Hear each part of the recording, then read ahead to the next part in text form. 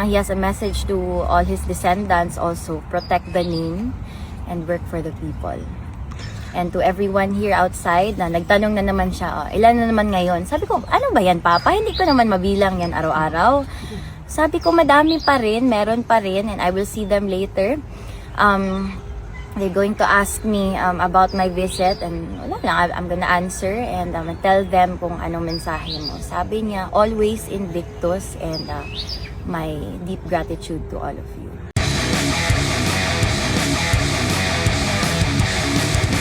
Hi Kit, good afternoon. How are you today? Hello Vin. Good afternoon, may adlaw. I'm good. The burning question is, how's the former president? He was okay today. Initially not in the best mood, no? Kasi he woke up late today. Actually, my visit woke him up, so he was a bit cranky, I would say. Pero, ayun, nabigyan ng Coke Zero. He ended up feeling and looking better. I discussed with him some of the local and national news. Kaya I was in a hurry sa car, mano-mano lang ba well, I cannot bring a pencil or a paper inside, so I have to read it. And then not much today. He was asking more about the family. He knows about the decision already, and I do not initiate conversations with him about it because it might ruin his mood, but he knows, and so far he is accepting of it, no? Like he always says, wala tayong magawa eh. Leave it up to God. He also said na kung anong mangyari, like he said, what man proposes, God disposes. Sabi niya na He's my creator. Kung anong gusto niya gawin sa akin, so be it. Ganun. Siya na yung bahala. He noticed me, siguro further into the visit, he noticed me massaging yung dito ko. Kasi namamaga. Sabi niya, ano yan? Sabi ko, pasilan ka, Papa. Ito talaga yung pamana mo sa akin. TMJ, yung dito, TMJ. Ano pa yun? Peptic ulcer, gastritis, migraine, hyperhidrosis. Tapos, sabi niya, meron pang isa. Sabi ko, patay, ano naman to? Sabi niya, the name.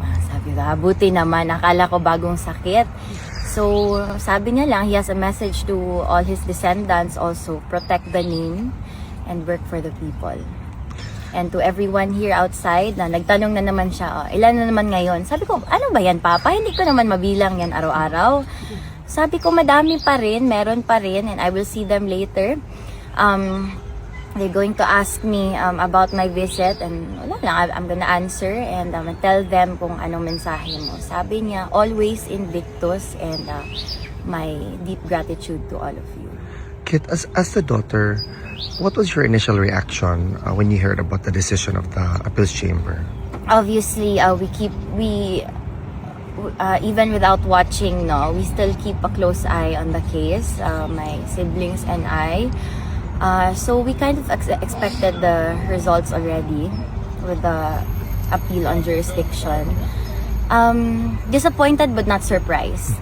Like I said, we are hoping for the best, but we are always prepared for the worst. You know our family. So. Do you have the same sentiment or reaction when you heard about the confirmation of charges decision as well? Yes. Ayun, we are always expecting the worst. That's the only way to be prepared for whatever comes, for whatever cards you might deal with. Diba? So, what are your lingering thoughts now that this is going to push to a full-blown trial? Well, I worry a lot. Because our Papa is 81 years old. He claims to be 87. Sometimes he mixes it up na.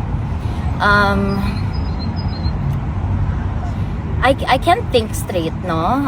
Because there are a lot of possibilities. There's a lot that can happen in such a short period of time. But siguro, I wouldn't call it lingering thoughts. I would call it siguro like daydreaming, no? Sometimes at night, bago matulog, I dream of him back home, him with our family, with my siblings, with Mira, with my mom, and of him doing the simple things that he wishes to do. Kasi like he said, wala simple lang tayo. Kung may pera pa sana ako, di sana ako nandito, bayaran ko silang lahat, kaso wala. So, wala siyang magawa. But he dreams the same.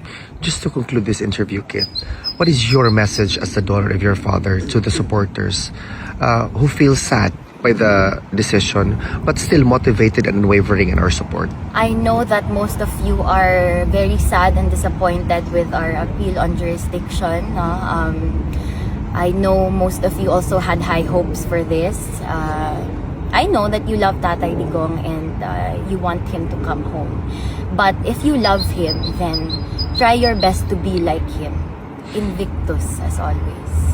Kit, as the daughter, what was your initial reaction when you heard about the decision of the appeals chamber? Obviously, we even without watching, no, we still keep a close eye on the case. My siblings and I. So we kind of expected the results already with the appeal on jurisdiction. Disappointed but not surprised. Like I said, we are hoping for the best, but we are always prepared for the worst. You know our family. So. Do you have the same sentiment or reaction when you heard about the confirmation of charges decision as well? Yes. Ayun, we are always expecting the worst. That's the only way to be prepared for whatever comes, for whatever cards you might deal with. Diba? So, what are your lingering thoughts now that this is going to push to a full-blown trial? well, I worry a lot. I worry a lot because our papa is 81 years old. He claims to be 87. Sometimes he mixes it up na. I can't think straight, no? Because there are a lot of possibilities. There's a lot that can happen in such a short period of time. But siguro, I wouldn't call it lingering thoughts. I would call it siguro like daydreaming, no? Sometimes at night, bago matulog, I dream of him back home, him with his with our family, with my siblings, with Mira, with my mom, and of him doing the simple things that he wishes to do. Kasi like he said, wala simple lang tayo. Kung may pera pa sana ako, di sana ako nandito, bayaran ko silang lahat, kaso wala. So, wala siyang magawa. But he dreams the same. Just to conclude this interview, Kit, what is your message as the daughter of your father to the supporters who feel sad by the decision but still motivated and unwavering in our support? I know that most of you are very sad and disappointed with our appeal on jurisdiction. No? I know most of you also had high hopes for this. I know that you love Tatay Digong and you want him to come home. But if you love him, then try your best to be like him. Invictus, as always. Thank you, Kit. Mabuhay ka. Mabuhay.